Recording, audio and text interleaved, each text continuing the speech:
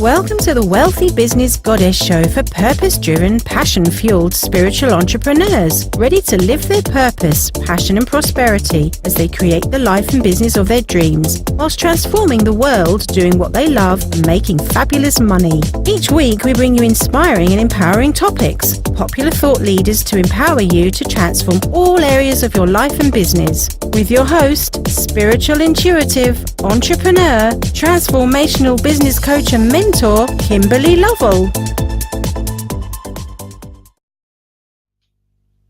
Hi sweethearts, it's Kimberly Lovell here, your host for the Wealthy Business Goddess Show, and I'm super excited to be sharing with you a wonderful guest today, Karie Millspaugh. So I'm going to tell you a little bit about Karie. So Karie is an international business and lifestyle coach for public figures, Chief Visionary Officer of Abundant Living by KLM. Karie is also a public speaker, best-selling author, and designates most of her time empowering her audience in life, parenthood, relationships, and business. She has started up multiple businesses herself and enjoys helping others all over the globe with their own business idea as they go deep in discovering their purpose and then turning that purpose into profits with their own virtual laptop lifestyle business. Karie resides in Las Vegas with her daughter as a single mom, and she lives her laptop lifestyle business as it gives her the flexibility to work from anywhere in the world and still be a full-time mom. So Karie, great to have you with us, sweetheart. It's been a little while since we've spoken. Yes. So I'm excited to have you on the show and also for you to talk about finding our genius zone. So why don't you tell us a little bit about how you found your genius zone and your journey with this? Happy to. First of all, thanks so much, Kimberly, for having me today. I love this topic because it changed my life. It really did, and it changes my clients' lives as well. I can't take all the credit for the code word genius zone, but I will describe and define it for you guys as best as I can. I was introduced to a great book called The Big Leap, and it's by Gay Hendricks. And he talks about these 4 quadrants that we play in life. The zone of incompetence, which is when we really force ourselves to try to be something we're just not. It's like forcing a square peg in a round hole, and we're miserable with life, and we're trying so hard to be this ideal person or maybe in a career, and it's just not working for us. We're miserable and angry. Then there's the zone of competence. You're kind of good at it, but it's still not something you love to do. There's still a lot of effort and pushing in this zone. Then there's the zone of excellence, and most of us stay there and never leave it because we're good. We're told we're good at this. And then our resume shows that we're really good at this because look at all the stuff I've done. Or, for example, sales was my zone of excellence. PR was my zone of excellence. Then when I shifted to zone of genius, a whole new world shows up. It's that space where you're like, I can't believe I get paid to do this. It was so much fun. I cannot believe I'm collecting money to do. You kind of go through that stage. It's the things you would do for free because it's so much fun. And usually it's our hobby. It's our hobby. With me, it was like, why am I taking friends out for lunch just to talk about their business for free? I could talk about marketing until I'm blue in the face. Why am I doing this for free? So there was this space where it's like, I get to do that and get paid for that. It was just a whole nother, your mind just kind of blows and you're like, wow, this is fun. And this feels like play. And that's what your business or career should feel like. It should feel like play because it just feels effortless. And that's where the most money shows up. You're more in flow with the universe. Everyone's brought to this planet with certain gifts and abilities that is almost natural for you. And it's finding that sweet spot. Most of us, like I said, stay in the zone of excellence because society tells us this is what you're good at. And I kind of stayed in the wellness coaching industry for a long time and thought, well, I'm really good at this. This is what my degree is in. But it was business and marketing. I kept pulling me sideways and kept pulling me into that. And it was my own energy coach that I worked with a few years back that said, Karie, your energy's like this when you talk about wellness, but when we talk about marketing and business, your whole energy shifts. You need to do that. And I had to literally course correct in my business. I had everything strategized for wellness, stopped everything, shifted gears to business, and completely rebranded myself at the last minute. It was worth it. Yeah. Fantastic. So why don't you tell us a little bit about what was kind of the journey to finding that genius zone? Because you're saying that, you know, you realised at some point that you were actually taking people out to lunch and talking about marketing, but I guess I'm curious about what it is about marketing and business that inspires you so much. And that's a good question, because honestly, it's not just graphic branding, design, you know, social media. It's the empowerment of putting a person out there. So I think the deeper root to all of that is I'm giving people permission to have a voice, a permission to shine. And especially with women, most of my clients are women, and the women empowerment stage is so much fun to play in. Just giving, as a single mom, I had this belief that I could only have nice things if I had a husband or a dual income, or, you know, a man has to be in my life for me to have a nice big home, or nice things or nice vacations. And when I tipped over, and I've been divorced almost 10 years now, it'll be going on 10 years this fall. There's something about getting a bigger, nicer house than when you were married that just kind of checks something off of your own bucket list. Like, I don't need a man. I can do this on my own. You know, it's just, and again, it's my own little box that I lived in growing up that was like, you know, do this, get married, have kids. That had to be that rule. It was so freeing and empowering to break free. And I want women to just know out there that they can truly do what they love, get paid very well for it, have a beautiful lifestyle, and not rely on that belief that they need this man to take care of them. And I know that's old generations of beliefs that I'm trying to erase, but, you know, that's really truly the root of what I do.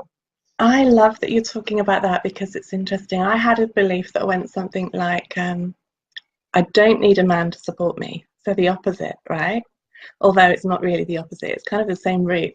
And it was really interesting. I was in a women's group last week, and the woman who was facilitating was talking about the virgin archetype and the warrioress archetype, and she was asking people to affirm something like, I don't need a man to support me, you know?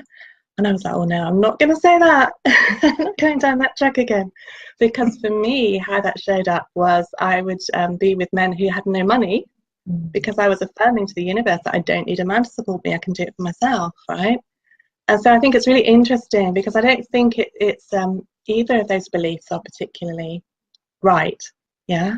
True. Because we want to be able to be independent, do it for ourselves, but also be able to receive and be able to have that, rather than make that choice. Right. Because I think maybe there's a little bit there, what you're saying, that women aren't having to choose. They think they have to choose. Right. I know I certainly did. I wasn't conscious of it, but on an unconscious level, I was choosing between love or money. And I always chose love. And then the other was, you know, like tricky. Yeah. So I think that shows up in lots of ways for women. So I love that, you know, you're sharing your story and talking so much about that. That's great. It's very true. It's because our beliefs are so strong. We like try to swing the pendulum as far over to the left as we can to try to get away from it. And it's like running away from it is at all possible. There's this also tricky part too, is I stayed in a bad marriage for a long time because, again, I didn't think I could support myself alone with a little girl. So my daughter was 4 when I chose to leave my ex-husband, but I had stayed home with her from birth until age 4. And again, I wasn't even working. When I asked for a divorce, I didn't even have a job. I didn't know how I was going to support myself. It was just, I need out. I need to find me. I'm suffocating here. I need to go. So, you know, just I hate to hear clients of mine or people that feel like they're stuck and they have to stay in this bad situation just based around money, you know, just based around the fear of who's going to put a roof over my head. You know, and their emotional self is just deteriorating. So whatever we can do to empower women to get them into the next level, I'm all in. Good. So tell us a little bit about how you stepped out of the corporate, because I know there are a lot of women. I work with women who are in corporate, and they may be doing really well in corporate. Maybe they're earning 6 figures in corporate, and yet they feel like they're stuck in that. You know, they feel like their soul's kind of been sold, if you like, you know, but they don't want to leave, or they want to leave but they're not sure how. And it's usually around the money stuff. Yeah, it's always that. Well, fear is the biggest point. I've started up multiple businesses. Unfortunately, in 2009, my business, this was right after my divorce, moving from Michigan to Las Vegas, which is 2,000 miles away from everybody I know and love, starting over, finding myself. I joined up with a business partner to create a company here in Las Vegas right as the market's crashing. Not the smartest, bravest move, but I was all in. But so I experienced, gosh, it was only 3 to 6 months range of life falling apart around me, dumping in a ton of money I didn't have, not collecting a paycheck, and it was very scary. It led me right to eviction, putting your stuff in storage, and renting a bedroom from a friend. That kind of bottom. Not fun. So that's kind of like almost the lowest, isn't it? The fear. I know sometimes when I work with people on the really deep beliefs, it's kind of like, they fear being alone, they fear being homeless. So you've kind of been there, and you've risen up. Fear's real. I was homeless for a 24-hour period, sleeping on a friend's couch till the other person could get home from her vacation so I could get into the house. Not a fun feeling with a little girl in tow, and her father was useless, no help. So, so when people talk to me about fear of that, I'm like, oh, I know what that smells like, tastes like, feels like. I've done that. So I luckily jumped into a business coaching company, a global business coaching company. It's the largest business coaching company in the world. And their corporate headquarters is here in Las Vegas. So I secured a job, which everything happens for a reason. That business that I was starting up led me to them. He was one of my clients. Then he hires me. I mean, nothing, doesn't happen for a reason. There's a stepping stone. They're there. We just don't feel it or see it yet. We just keep taking the steps forward and see how it all connects beautifully behind us. So that opened that door to that company, and I worked for them for 5 years. Now, I like to look at jobs as a place to learn and then leave. Learn, leave, learn, leave, learn, leave. It's a college or a university. And I grew like a weed in this environment. They're global. I helped them take from the company from 26 countries to 55 in my 5 years there. I was the boss's publicist. I managed a 52-city tour in that year, the first year there. I blew it up. I grew like a weed, and I am so grateful for that experience.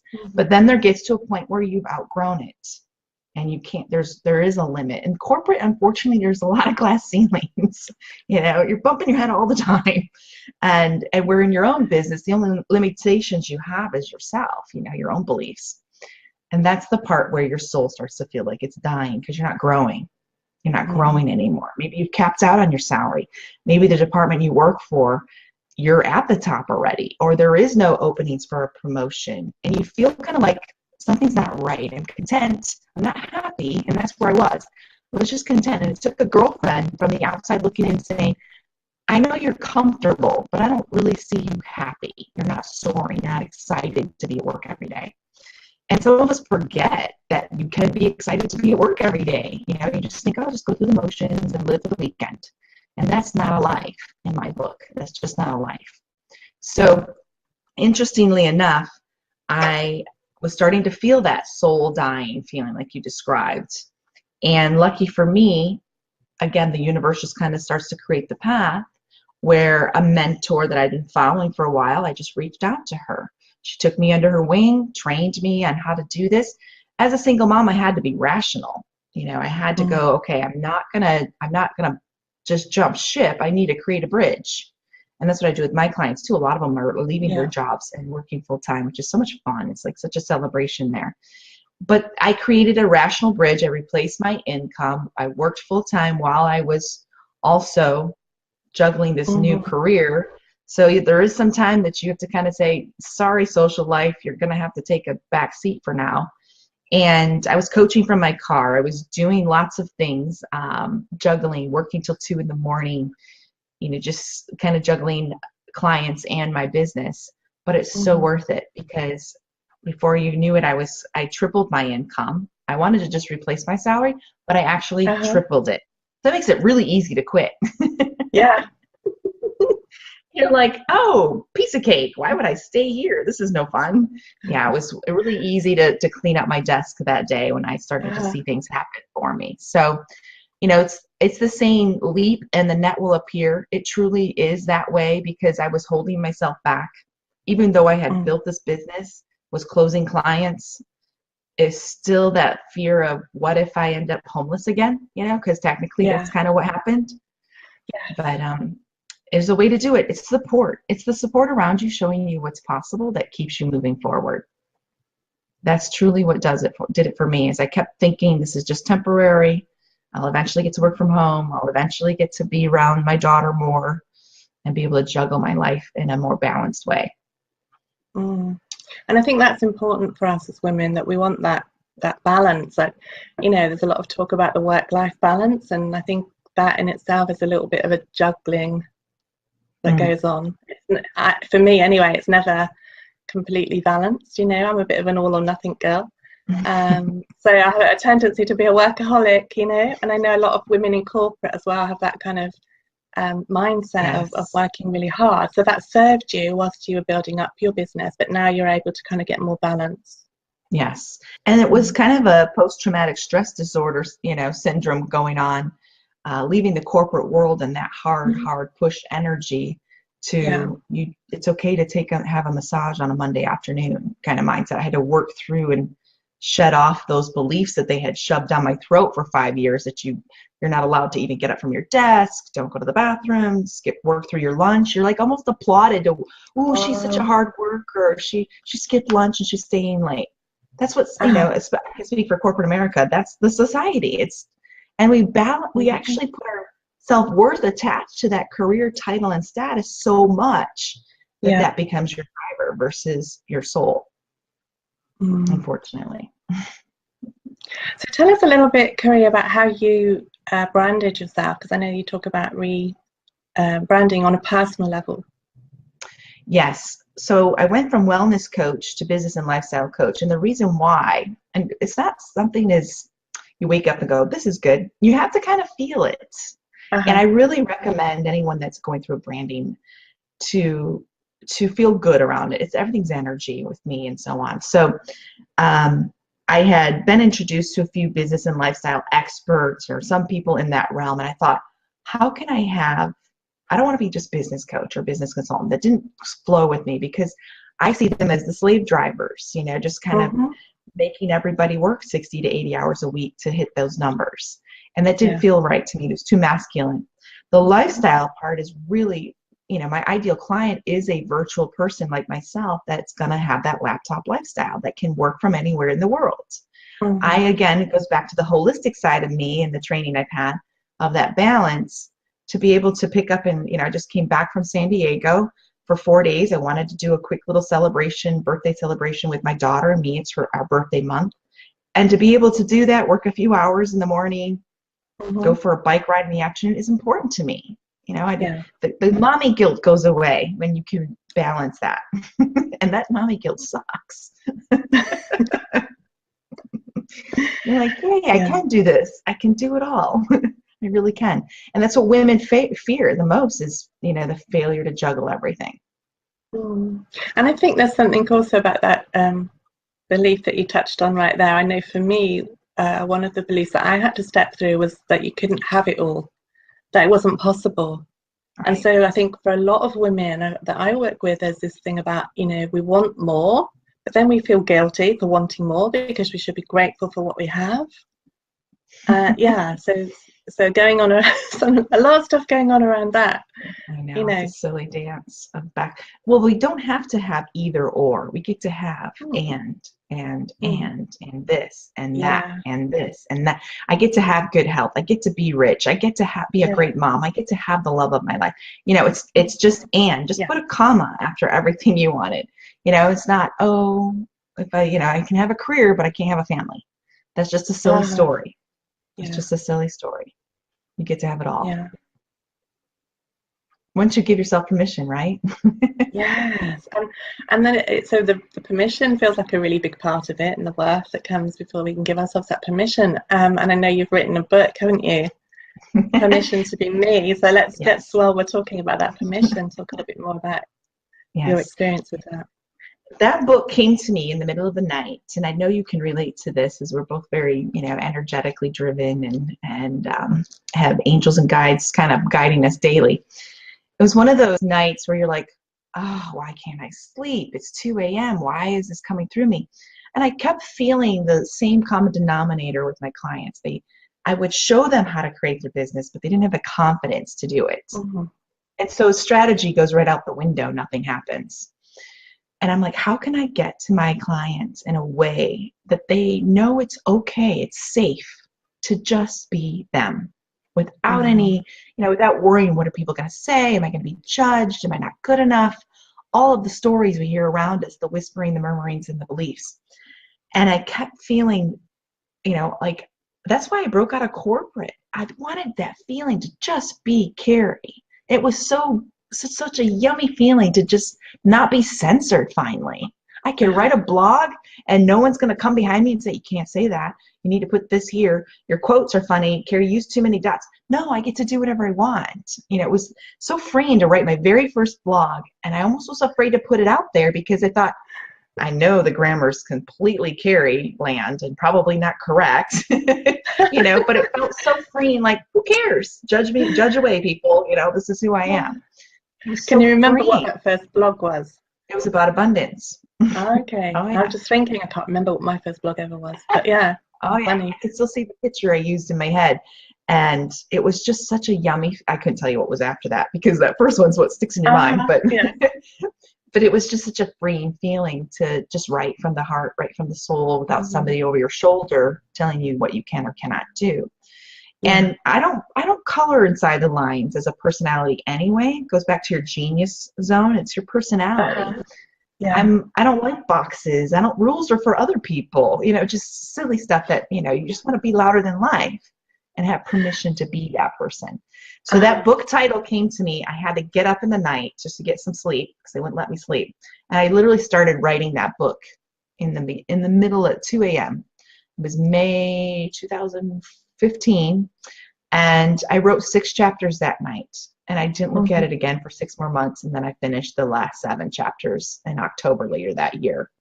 So much fun, but it was so freeing to just let other women, just through my own journey of, I talk too much. So what? I get paid to talk now. Like all the stuff that you're told, you're silly. Too much or not enough. Too much yeah, or you're not enough. Yeah, it's always one or the other.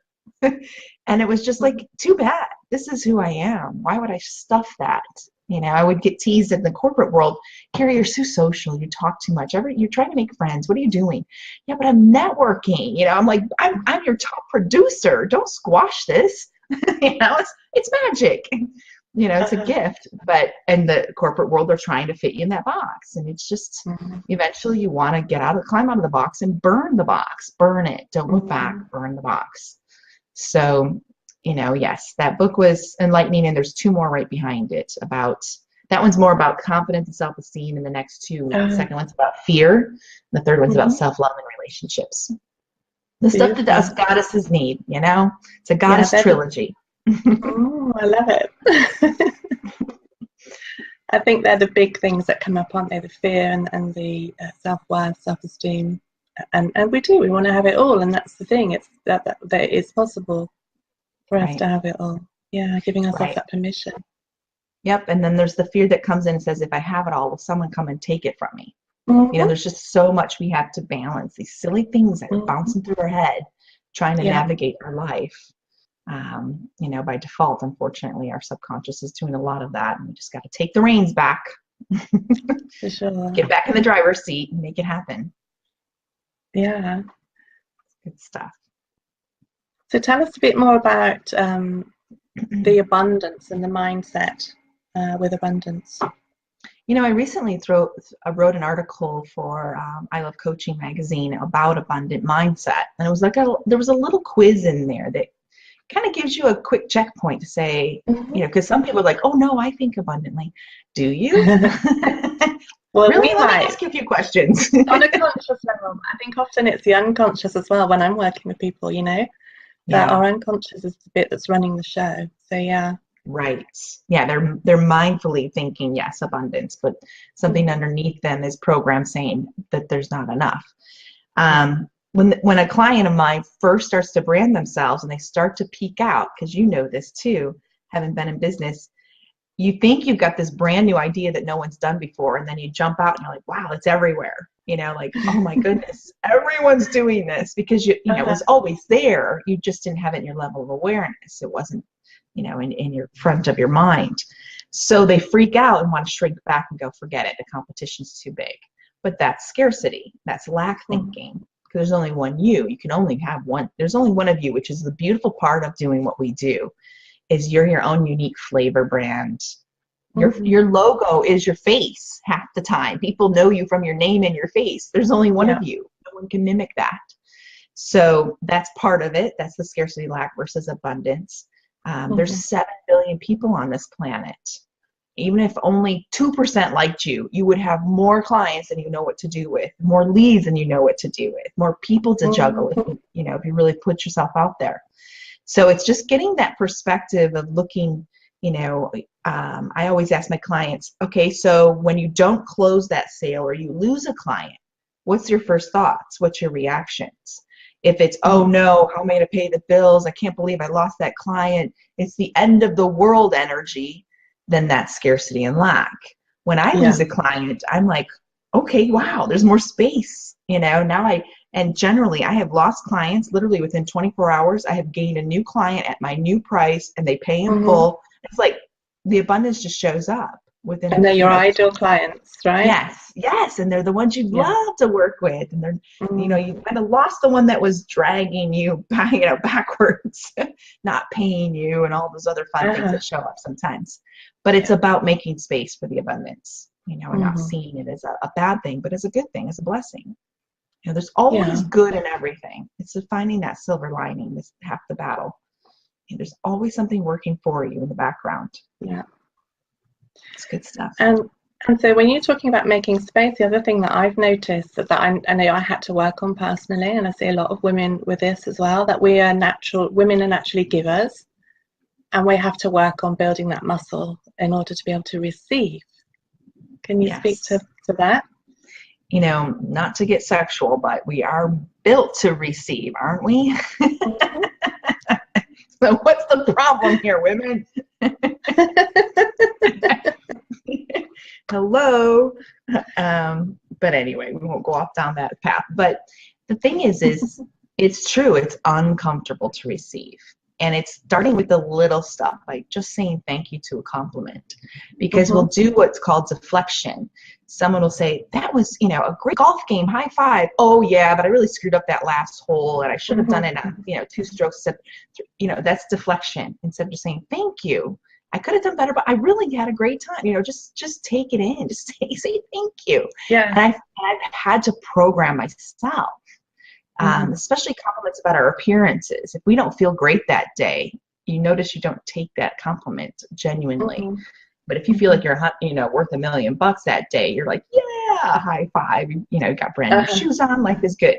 But if you're wearing something you bought 12 years ago and someone comes up to you and says, gosh, I really like that color on you. You look great today. This whole thing, you're just like instantly deflect.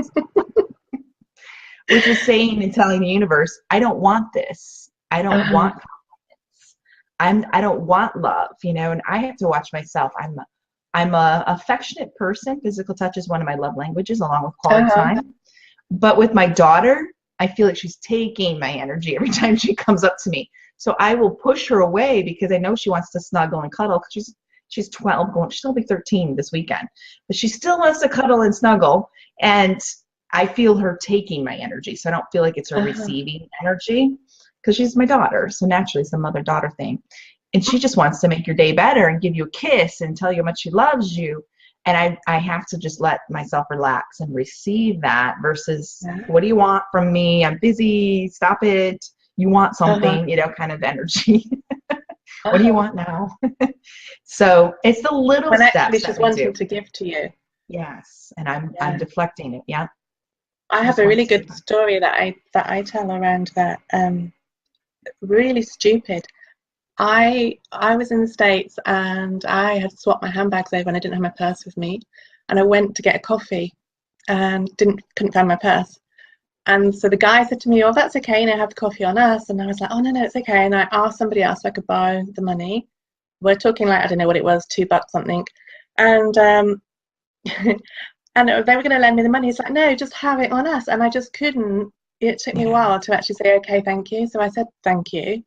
I had the coffee. I walked across to the seminar room, and I was still in my head going, okay, I'm sure that, my person must be in the room. It's probably on the bed, and I'll pay him tomorrow. It was like I realized I caught myself in it. It's like, my God, like $2 for a coffee, and I still hadn't allowed myself to receive that as a gift. I was still stressing out and working out how I was going to pay him back. Yeah. And it's a stupid example, but for me, it was so powerful to see, just how it works. Mm-hmm. Yes, it's something I have to work on myself a lot. A friend offered to take me to the airport around Christmas when we were headed back home for the holidays. And I thought, gosh, how can I? Well, you can have access to my house. I was starting to give back to her. She's like, could you just shut up and say thank you? What time do I need to be there? She's like, you're always driving when we go places. You were there for me for this. You were there for me for that. She started listing all the stuff of where I gave. And I was like, oh, wow. Okay. And it still was hard. I still felt like I was inconveniencing her. I think I still paid her for gas money. It was just like one of those things. It was so hard for me. I'm like, you don't want to inconvenience anyone. You just want to always give, and giving is great. But like you said, it's a gift. And by shutting off that gift, they've lost their joy now. It's not fun, because you know how much fun it is to give. And why would you take that fun from that person, that joy that gets experienced in the giving moment of being able to do something for someone without any expectations? It's such a yummy feeling. But every time we say nope, we just shut off that joy for them. Yeah. I got it. I'm good. We're so stubborn sometimes. Yeah, it's like we have this belief that we have to do everything ourselves. Yeah. Yeah. So cool. So we need to practice the receiving. I do let guys open the door for me. I do. Oh yeah. Other good things that they do. Yes, I like chivalry. I will applaud that all day long. Yeah. So it's balancing that masculine and that feminine energy. And you were talking about coming out of corporate where there's a lot of the masculine energy, and we have that masculine and feminine within us. So there's times when we need to use the masculine energy, but then we also need to be able to balance that and be more feminine. Yeah. When I was in the corporate world, 90% of the coaches that was coaching, the business coaches, were all men. And they weren't just men. They were the CPAs, the lawyers, the left brain, logical, men with the prickly edges versus, it wasn't some yoga instructor guy over here. They were the very heavy logical, and they thought I had, was from another planet. I was so different from them.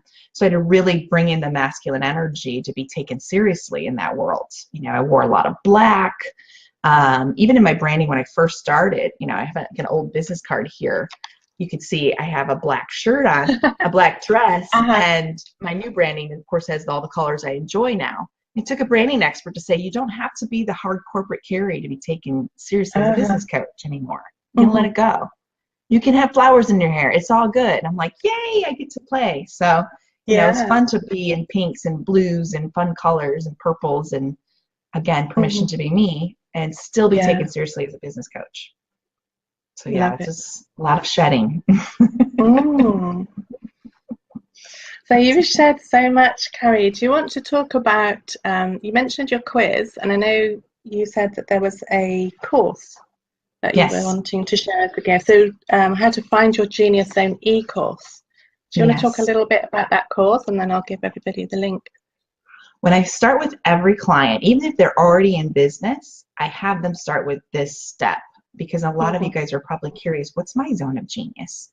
So this is going to give you the proper steps. There's a downloadable worksheet. There's a video that's actually 4 segregated videos for each 4 quadrants that you fill in and do some self-exploration exercises to find that zone of genius. Many people don't believe they can create a business from there. I am here to tell you can. There hasn't been anybody that's stumped me yet. So by all means, explore it. Even if you're just curious if the career you're in is where you want to go, or the job you need to choose or look for, or if there is a business out there that you can do what you love doing, because there's so much opportunity. And again, it goes back to the abundant mindset. So play around with this e-course. It's free on me. It's a video course with worksheets so you can know what to do. and give yourself permission to explore within and really find out what your soul's really wanting to do in this lifetime. So important. I think often that when we don't have that alignment with our soul and on our true purpose, this is where we have problems, with the business models and the strategies. Yeah. So alignment is everything. Yeah. Beautiful. Okay. So if you want to check out Marie's very generous gift there, you can go to lovekimberley.com/Karie, which is Karie, and complete the course. Discover your genius. That's right. Thank you so much. Play in it. Don't just discover it. Be there. Play in it. Be it. Be your genius.